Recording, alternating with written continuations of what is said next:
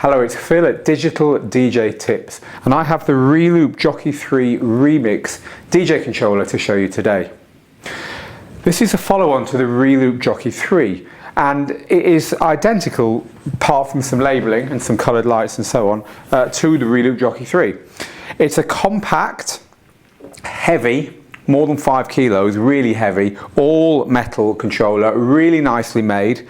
And the reason, in my view, for this controller coming out is that the Jockey 3 came out just at the time that Traktor was transitioning up to version 2 and then 2.5 quickly, and was incorporating sample decks and remix decks, and the Traktor Control F1 came out, and all of a sudden the Jockey 3, which wasn't really built for sample decks and certainly for some of the other innovations of Traktor, looked very old-fashioned, as did all Traktor controllers instantly overnight. And since then, no one's really come out with a new Traktor controller. Native Instruments came out with the Control F1, and it seems to be moving towards Native Instruments wanting their own hardware and their own software, and not really being quite so involved in having third-party people making gear for their software anymore. But Reloop has broken the mold, and it's the first Traktor controller for a while that I can think of that's come out, and they've come out with this one, the Reloop Jockey 3 Remix. So identical hardware-wise, very similar to the Jockey 3.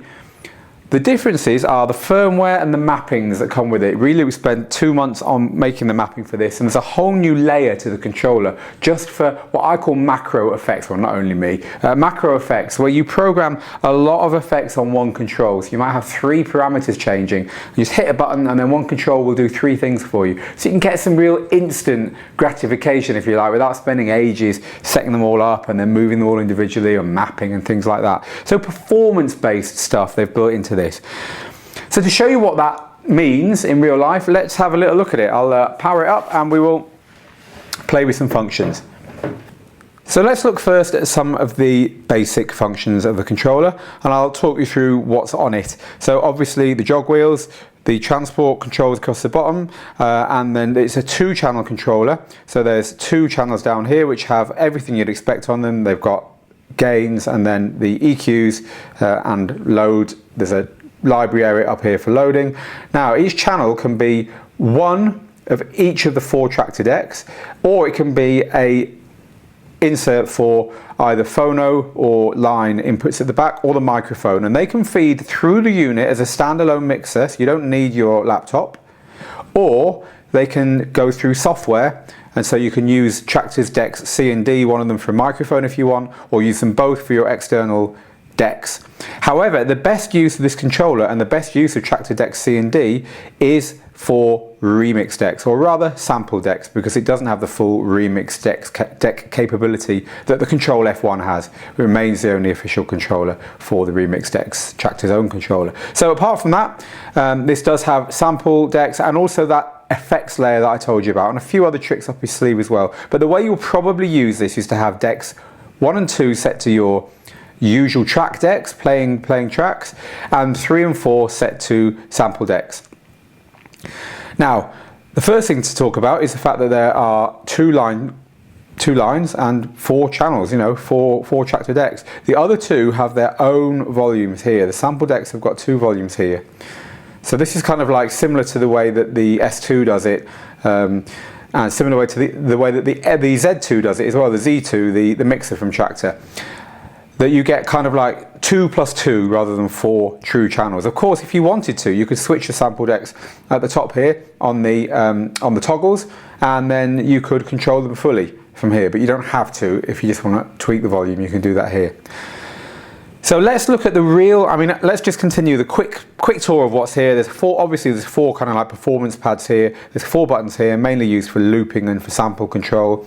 The 4 buttons underneath the FX, again, they're used for sample control, and in this time they're used for effects on and off and presets and so on. And then up here, very typical for Traktor, 4 rotaries which have got nice LEDs around them to show you where you're set for each effects engine.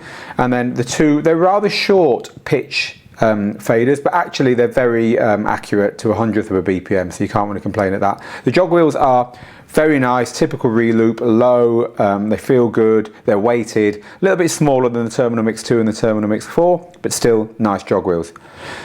So the important stuff then, these areas here, this is where the fun happens.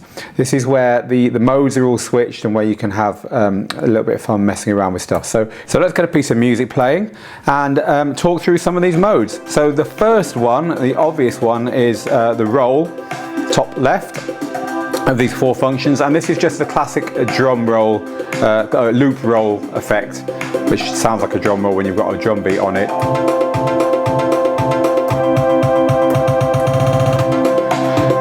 Mash it takes a bar of music and chops it into 4 beats, so you can kind of play the beats. It's not going to really sound like very much on this piece of music because there's not very much going on, but it'd be good for chopping up very fast melodies or for percussion, but we'll have a little go with it.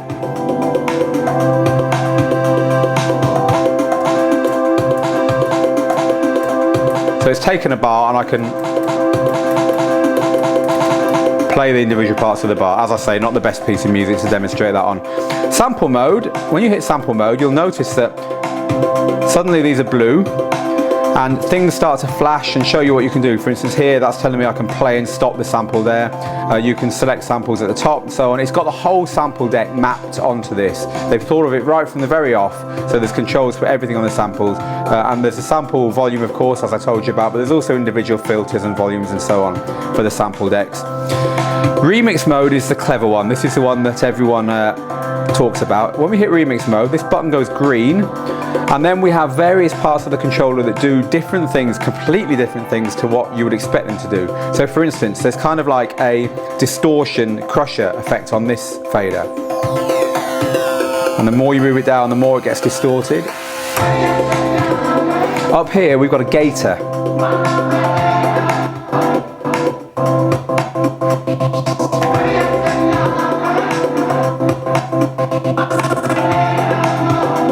Here on the jog wheel, we've got a kind of an effects chain that's been pre-programmed with a few effects for you to mess with. It's got some delays and filters and stuff on it. So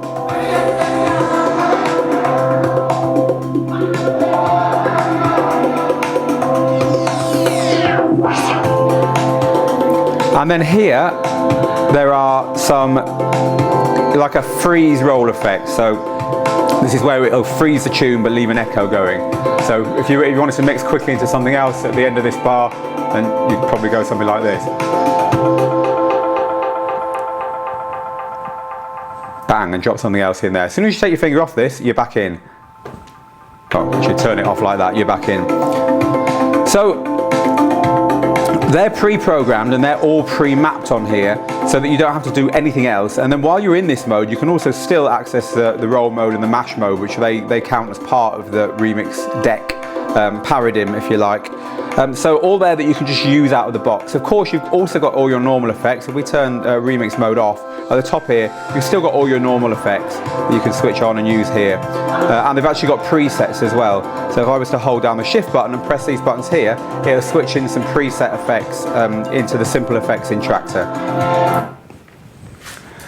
So there's a quick look around the features of this controller. What I like about this is that they've done something different with Tractor at a time when everyone else is kind of keeping their hands off it. It's quite nice to have performance effects here. When I showed you the gator and when I showed you the crusher, it's not just one thing going on there. You know, it saves you doing lots of individual actions with a normal DJ controller with normal effects engines in it to get to the stage where you can do that. And this one, you hit a button and pull something and it happens. With the gator, the music's carrying on in the gated bits, in the quiet bits. It's not just a pure gator. There's more programming gone on, more mapping gone on to make that sound good. And the same with the crusher. There's a roll off on the filter. So there's a high pass filter which is cutting some of the bass out of it as it gets really hard. I'll show you.